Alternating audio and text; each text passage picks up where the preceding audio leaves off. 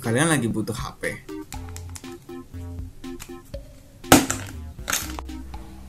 Gak mau HP terlalu kentang tapi budget cuma 1 juta.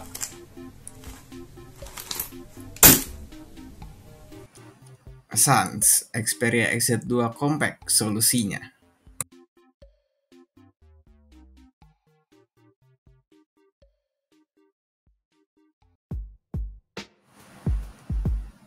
Tapi tunggu dulu. Sebelum masuk ke videonya, ini gue lihat-lihat viewers lumayan banyak ya. Komentarnya juga banyak. Ya syukurlah ya. Tapi kenapa subscribernya dikit ya? Aduh, tolong. Gue mohon banget nih guys buat bantu subscribe gue ya, biar gue semakin semangat buat bikin videonya.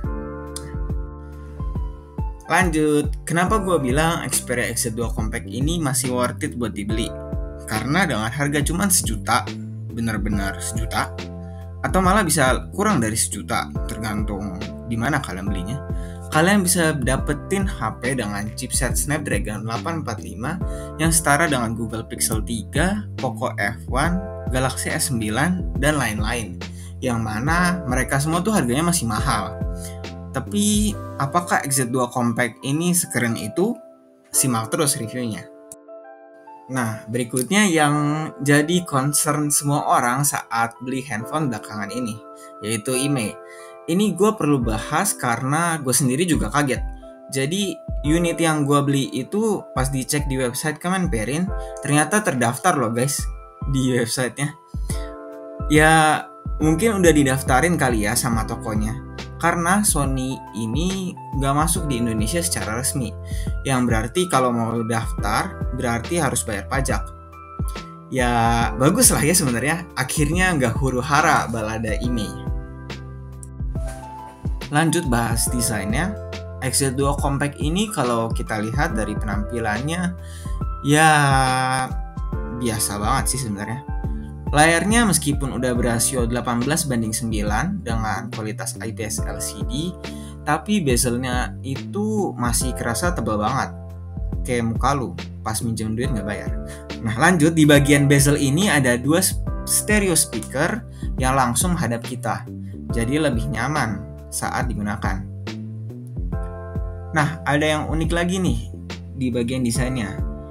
Di sisi samping, HP ini tuh menggunakan bahan aluminium pada bezel. Tapi di cover belakangnya dia menggunakan bahan plastik. Menurut gue sih ya wajar lah ya. Malah kalau HP baru di harga 1 jutaan biasanya masih full plastik yang ada. Dengan harga 1 juta aja, HP ini udah dibekali dengan kamera 19 megapiksel dengan teknologi OIS dan juga PDAF. RAM-nya 4GB dan memorinya 64GB serta Snapdragon 845. Dan juga udah ada sertifikasi tahan air serta dilengkapi dengan NFC. Ya, gua kayak ngulang-ulang ya sebenarnya. Cuma ya udahlah ya. Ya, kedengarannya sih keren. Ya, kalau cuma bahas itu doang. Sisi negatifnya baterainya tuh cuman 2800 mAh. Dan meskipun layarnya udah berasio 18:9, tapi ukurannya itu cuma 5 inci. Ya sebenarnya sih tergantung selera ya. Pasti ada juga yang suka, ada yang enggak. Ya tergantung kalian gimana. Lanjut bahas software. XZ2 Compact ini bawaannya menggunakan Android 8 yang bisa diupdate hingga Android 10. Namun di unit yang gue dapet ini udah terinstall Android 10. Jadi lumayan update nih. Meskipun udah keinstall Android 10, sayangnya sistem gestur di navigasinya belum bisa dipakai di HP ini. Jadi masih pakai sistem 3 tombol di menu utamanya. Android 10 di XZ2 Compact ini juga kelihatan biasa aja. Dengan tampilan UI yang khas Xperia banget, simple dan mulus aja gitu. Ya biasa aja sih sebenarnya. Nah, lanjut bahas performa. Performa Xperia XZ2 Compact ini pas dipakai buat keperluan sehari-hari kayak medsos atau aplikasi ringan, ya lancar-lancar aja. Tapi mungkin karena RAM-nya cuma 4GB, Jadi multitasking nggak begitu superior di HP ini. Ya biasa aja. Tapi ngapain sih buka aplikasi banyak-banyak di saat bersamaan? Ngabisin baterai nggak sih? Ya menurut gue aplikasi paling banyak dibuka di saat bersamaan paling 2 lah atau 3. Lanjut kita tes bermain game. Game pertama yang kita tes yaitu game Mobile Legends. Di HP ini settingan paling tingginya itu mentok di settingan high dengan mode high frame rate yang sudah bisa digunakan. HP ini bisa menjalankan game toxic ini dengan lancar tanpa kendala. Catatan sedikit, kalau main game ini dalam waktu yang lama, kayak beberapa jam gitu, dia mulai minta turunin settingan grafis. Ini biasanya muncul kalau HP-nya lagi kepanasan aja sih. Kalau enggak ya lancar aja. Game kedua, PUBG Mobile. Di PUBG settingan grafisnya itu ada pada grafis HDR dengan frame rate ultra. Nggak bisa lebih tinggi lagi. Game juga berjalan dengan lancar di Xperia XZ2 Compact ini. Dan menurut gua suhu HP-nya malah lebih adem dipakai main PUBG dibanding main Mobile Legends. Game terkutuk emang. Catatan dikit, ini antara gua emang jarang main PUBG atau gimana gitu sama layarnya. Tapi ya mungkin ya ada pengaruhnya. Layar 5 inci di HP ini tuh baru kerasa kekecilan pas main game PUBG ini. Gue sering banget kepencet-pencet atau malah nggak kepencet pas mau menembak. Ya ini sih ya kayaknya sih bakal teratasi seiring waktu berjalan ya. Jadi kalian pasti lama-lama terbiasa lah soal layar kecil ini. Nah, game yang ketiga. Genshin Impact. Dari awal sebenarnya gue mikir ini agak maksa ya. Ya, tapi gas aja lah ya. Ngapain takut? Kita buka dulu gamenya.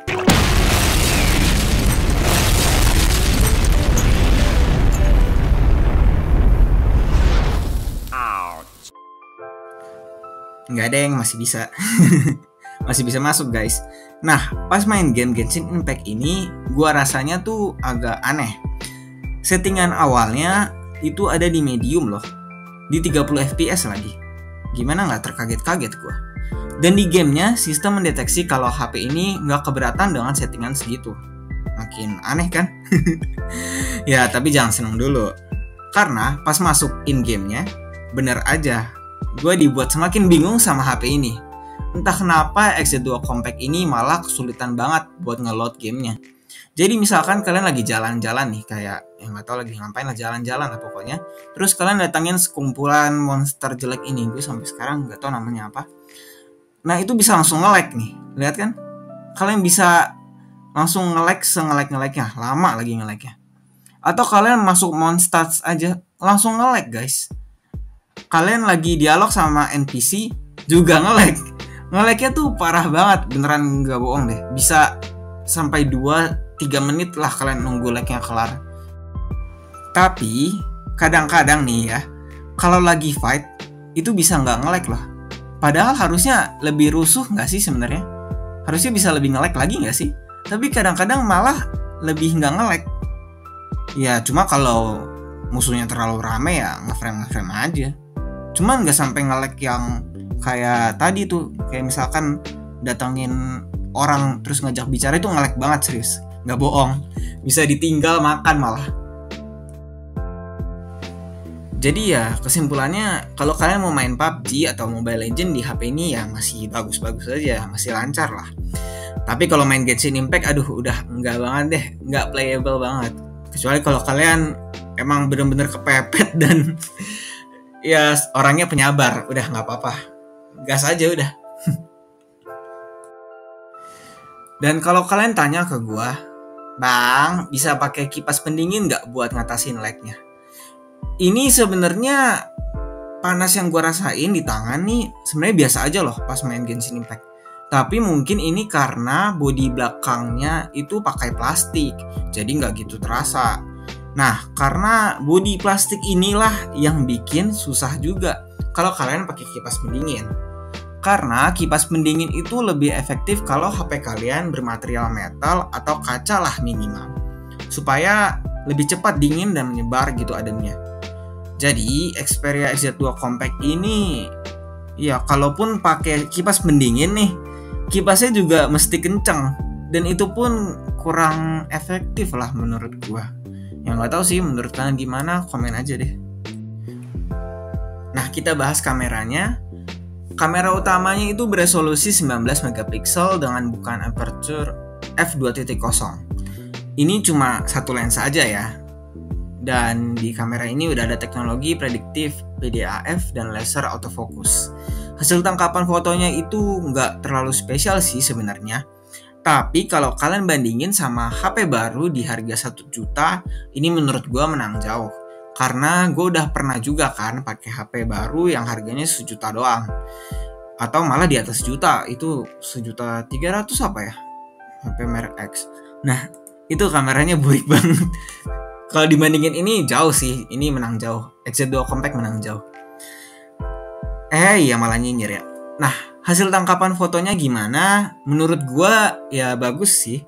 Warnanya natural, gak ada efek gimana-gimana. Kontras rasionya cukup bagus. Yang kurang tuh kalau ada di situasi low light. Di situasi low light, HP ini tuh agak kurang bagus. Dan saat low light, shutter speednya tuh makin lama. Jadi potensi ngeblurnya juga makin gede. Tangan kalian harus steady lah kalau lagi low light.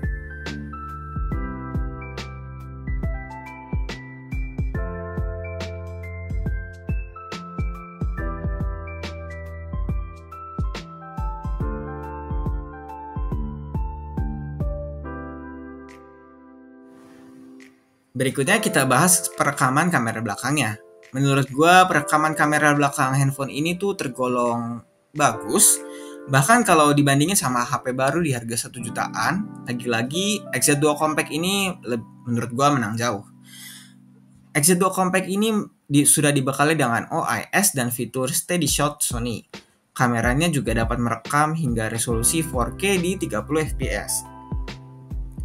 Kalau ngomongin hasil perekaman XZ2 Compact ini, hasilnya terasa stabil dan gambarnya juga tajam, terutama di resolusi 1080p yang mana OIS-nya bekerja dengan lebih optimal.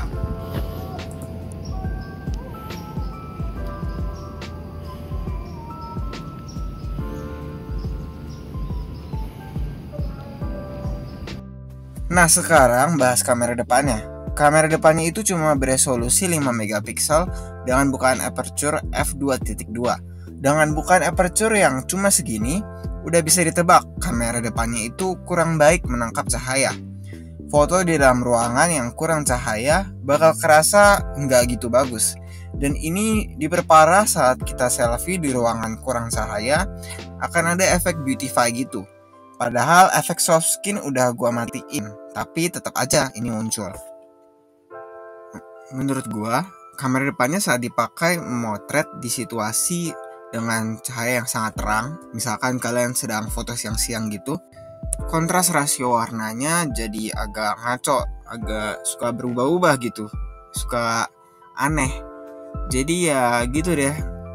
Kalau kalian mau selfie, pencahayaannya itu mesti diatur sedemikian rupa agar nggak terlalu terang atau terlalu gelap.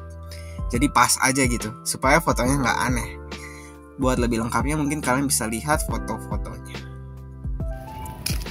Dan ini untuk hasil kamera depannya, hasil perekaman kamera depannya, dia itu agak kurang bagus ya kontras rasio warnanya. Kalau ke pohon begitu sih masih kelihatan, ada tukang. Tapi kalau ke langit, lihat, kelihatan sih langitnya warna biru. Cuman ini aslinya lebih biru lagi gitu, nggak begini. Ini malah putih semua, lihat kan? Lalu soalnya lagi biru juga guys. Jadi emang kurang bagus ya. Ya tapi wajar lah ya. Harga 1 juta. Handphone lain mungkin lebih jelek. Handphone baru maksudnya. Ya gitu sih paling. Ya semoga aja stabil. Gua nggak tahu hasilnya. Gua belum lihat juga. Dan semoga hasil rekamnya, hasil suaranya kedengeran ya. Kita lihat aja nanti. Kalian bisa nilai sendiri juga kan. Kalau warna muka gue sih natural sih, nggak pucat-pucat amat, nggak ada warna tambahan, biasa aja. Berikutnya kita bahas baterainya. XZ2 Compact ini yang gue beli di B-Store. Sayangnya kesehatan baterainya udah tinggal 79% aja. Jadi mungkin pengetesan gue kali ini gak bakal sama saat kondisi primanya. Dengan kondisi tersebut, daya tahan baterai Xperia XZ2 Compact ini gak begitu bagus. Gue ngerasa dengan penggunaan ringan kayak sosial media dan aplikasi ringan lainnya, ya sesekali bermain game lah. Mungkin cuma tahan sekitar 4-5 jam aja. Kalau dipakai game intens, paling cuma tahan 2 jam. Itu aja udah bagus. Untung HP ini udah support Quick Charge 3.0, jadi nge-charge-nya nggak begitu lama. Ya tapi ini dengan catatan dia baterai health-nya sisa 79% ya guys. Kalau baterai health kalian lebih bagus ya bisa lebih bagus daya tahannya. Nah gimana nih kesimpulannya? Ya kalau kalian keuangannya lagi sekarat dan kalian lagi butuh HP yang mumpuni dengan budget sejuta aja, HP ini cocok banget buat kalian. Apalagi mengingat HP baru dengan harga sejuta ke bawah, sejutaan lah. Biasanya spesifikasinya tuh mengkentang semuanya. Satu hal yang tetap gak bisa dilawan XZ2 Compact yaitu baterainya. Baterai HP ini tuh menurut gua cukup boros. Meskipun mungkin itu karena kesehatan baterainya lagi-lagi. Ya, tapi itu berarti kalian harus ngecek-ngecek kesehatan baterai HP ini saat kalian beli. Yang mana kalau di handphone harga 1 jutaan yang kondisinya baru, pasti baterainya rata-rata udah besar dan juga masih sehat. Sekian review gua untuk XZ2 Compact ini. Gimana menurut kalian? Kalau kalian ada yang nggak setuju atau ada yang berbeda pendapat, ya sampaikan aja di kolom komentar. Gue mau ngingetin sekali lagi kalau gue nggak terafiliasi, nggak dibayar, nggak apapun lah itu sama pihak-pihak yang gue sebutin di video review ini. Semua murni pendapat dari gue dan apa yang gue alamin selama memakai XZ2 Compact ini. Sekian review dari gue, makasih semuanya. Jangan lupa like dan subscribe. Sampai jumpa lagi di video berikutnya. Bye-bye.